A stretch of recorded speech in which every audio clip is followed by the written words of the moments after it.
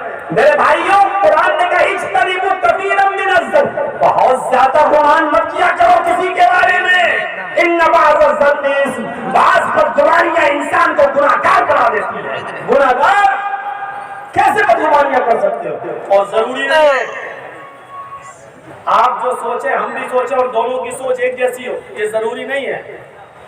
میں ڈاکٹر ہوں، مولانا معین الحق فیضی صاحب بھی ڈاکٹر، راستے سے آدمی چلا آ رہا ہے لگاتے ہوئے، ایسے کرتے ہوئے چلا آ رہا ہے، ایسے جگجیت صاحب کہنے لگے مولانا صاحب معین الحق صاحب یہ آدمی لگاتے ہوئے آ رہا ہے، آپ کا کیا خیال ہے اس کے بارے میں؟